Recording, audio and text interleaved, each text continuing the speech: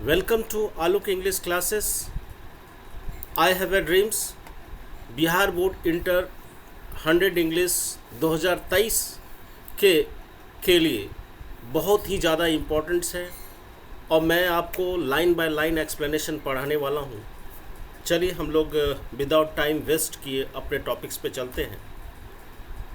और यहाँ पे देखिए कि जैसे स्क्रीन से है आई हैव अ ड्रीम्स, ये मैंने लिख दिया है कि बिहार बोर्ड इंटर 100 इंग्लिश 2023 और line by line explanation by Alok sir.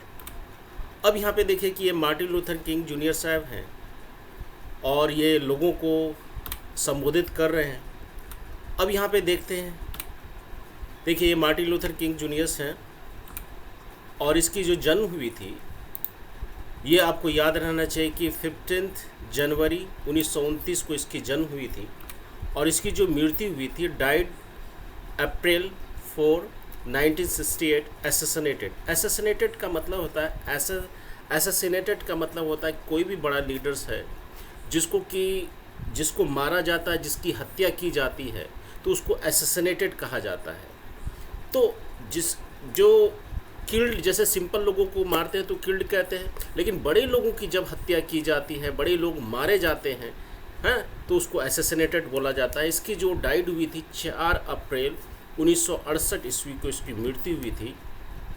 और ये क्या है, an American Baptist ministers and activities, बहुत इंपॉर्टेंट लाइन्स है ये। American Baptist minister and activities, Baptist माने होता है जैसे ईसाई धर्म गुरु कह सकते हैं, ईसाई दीक्षा गुरु मंत्री भी हैं और कार्यकर्ता भी हैं, यानी कि an American Baptist minister and activist माने कि अमेरिकन जो है ईसाई जो है दीक्षा मंत्री भी बोल सकते हो एंड एक्टिविस्ट, और यह क्या है कार्यकर्ता भी है। Youngest man to receive Nobel prize for peace in 1964 at the age of 35। यहाँ बहुत इंपॉर्टेंट पॉइंट आता है कि यंगेस्ट मैन टू रिसीव, बहुत ही कम उम्र में जो है जो नोबेल पुरस्कार प्राप्त करने वाले व्यक्ति हैं शांति के लिए 1964 में एट द एज ऑफ 35, मात्र 35 साल की उम्र में, यानी कि जो यंगेस्ट एज होती है 35 साल की उम्र में 1964 ईस्वी में शांति के लिए जो है उसे नोबेल पुरस्कार जो है प्राप्त हुआ था। याद रहेगा ना, ये बहुत इंपॉर्टेंट है, एग्ज़ाम में आ सकता है कि कितने ईस्वी में जो है उसे जो है नोबेल पुरस्कार मिला। हम बोलेंगे 1964 में। किस चीज़ के लिए उसे पुरस्कार मिला, तो हम बोलेंगे पीस के लिए। और कितने साल की उम्र में उसे पुरस्कार मिला, एट द एज ऑफ 35, यानी 35 साल की उम्र में। इसके जो फेमस वर्क हैं आप जान सकते हो, आई हैव अ ड्रीम जैसे कि आपके चैप्टर्स में है, और हमने जो यहाँ पे दिया गया स्ट्राइक टुवर्ड्स फ्रीडम, इसी के द्वारा लिखा गया है मार्टिन लूथर किंग जूनियर्स के द्वारा, ये इसके बुक्स का नाम है। नेक्स्ट हम लोग चलते हैं, और भी बुक्स है, इसका नाम है the trumpet of conscience, the trumpet of conscience, Martin Luther Kings juniors के द्वारा लिखा गया बुक है द ट्रम्पेट एंड कॉन्साइंस। उसके बाद है strength to love, Martin Luther King Junior's के द्वारा लिखा गया है। अब हम लोग का स्टोरी स्टार्ट होता है, आपका चैप्टर्स में एक्सप्लेनेशन स्टार्ट होता है। हमने इसको आसान करने के लिए स्टूडेंट्स को आसान कर दिया है, इंग्लिश और हिंदी दोनों को हम लोगों ने इंग्लिश में भी लिखा है, कुछ जो हिंदी में भी मैंने कन्वर्ट कर दिया है, ताकि आप लोग कोई भी स्टूडेंट्स इसको वीडियो को पॉज करके आप लोग इंग्लिश हिंदी कर करके आप लोग अंग्रेजी को अच्छा कर सकते हो। और ऑब्जेक्टिव क्वेश्चंस का गारंटी है 100% आप इसमें सॉल्व कर सकते हो। जैसे 5 इसको फर्स्ट लाइन से देखिए, 5 score years ago, 5 score years ago, हाँ 5 स्कोर ईयर्स एगो यानी 100 साल पहले, यानी कि एक स्कोर बराबर होता है 20, याद रहेगा ना। एक इंग्लिश में एक जो है same form in singular plural होता है, 1 स्कोर इक्वल टू 20, यानी कि एक स्कोर को हम लोग कह सकते हो। यहाँ पे हम थोड़ा सा ग्रामेटिकल पॉइंट से आपको बता दें कि 1 स्कोर इक्वल टू होता है 20, एक स्कोर बराबर 20 होता है, तो 5 स्कोर यानी कि हो गया कि यहाँ पे क्या हो गया 20 गुने 5 यानी कि 100, यानी कि 5 स्कोर्स ईयर्स एगो, यानी कहने का इसका मतलब हो गया 100 साल पहले a great American in whose symbolic shadow we stand, यानी कि एक महान अमेरिकन जिसकी प्रतिमा की छाया में हम लोग खड़े हैं, यानी कि 100 साल पहले एक महान अमेरिकन जिसकी प्रतिमा की छाया में हम लोग खड़े हैं। Signed the Emancipation Proclamation, signed the Emancipation Proclamation, sign मैंने हस्ताक्षर किया, उसने हस्ताक्षर किए थे आज़ादी के घोषणा पत्र पर। इमेंसिपेशन प्रोक्लेमेशन मन होता है कि आज़ादी के घोषणा पत्र पर उसने साइन किया, यानी 100 साल पहले एक महान अमेरिकन जिसकी प्रतिमा की छाया में आज हम लोग खड़े हैं, उसने जो है इमेंसिपेशन प्रोक्लेमेशन पर हस्ताक्षर किए। दिस मोमेंटस डिक्री, माने मोमेंटस माने होता महत्वपूर्ण, डिक्री माने होता फरमान। This momentous decrees came as a great beacon light of hope, यह जो महत्वपूर्ण जो फरमान है एक विशाल मशाल की प्रकाश के जैसे आशा की उम्मीद लेकर आया था। ये इमेंसिपेशन प्रोक्लेमेशन एक महत्वपूर्ण जो फरमान जो है ये आया एक विशाल मशाल की प्रकाश के जैसे आशा की उम्मीद लेकर के आया था। आगे हम लोग चलते हैं,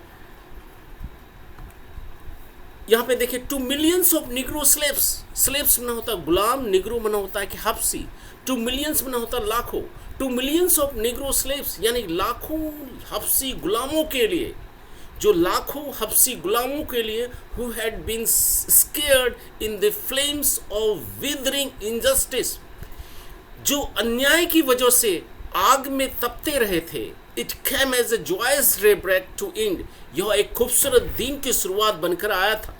The long night of captivity, यानी कि लंबी रात की जो कैद को समाप्त करने के लिए आया था।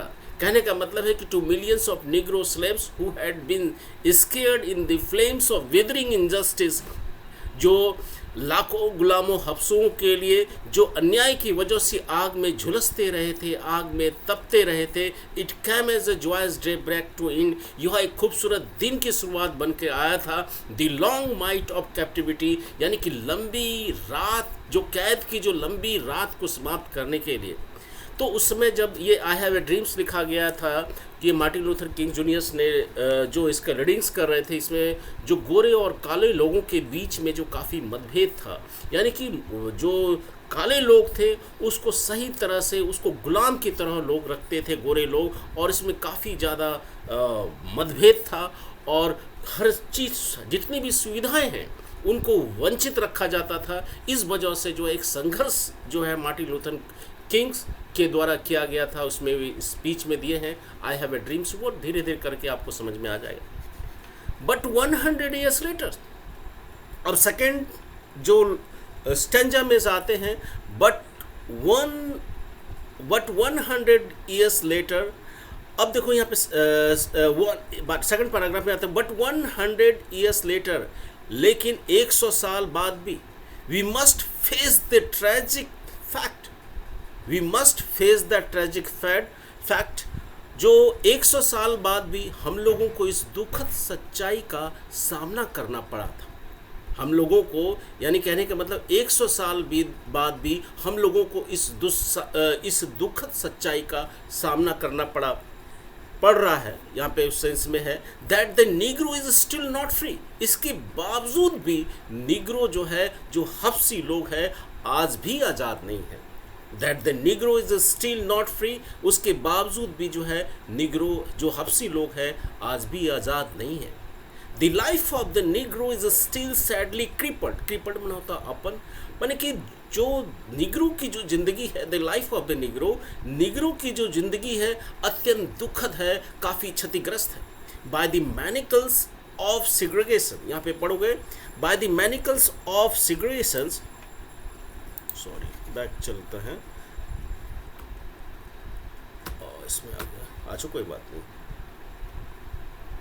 हाँ, by the manacles of the segregation and the chains of discrimination, यानी कि यहाँ पे बोल रहा है by the manacles of the segregation and the chains of discrimination, यानी अलगाववाद की हथकड़ियों में और भेदभाव की जंजीरों से जकड़ा हुआ था, जो ये काफ़ी चिंताजनक है। By the manacles of segregation and the chains of discrimination, अलगाववाद की हथकड़ी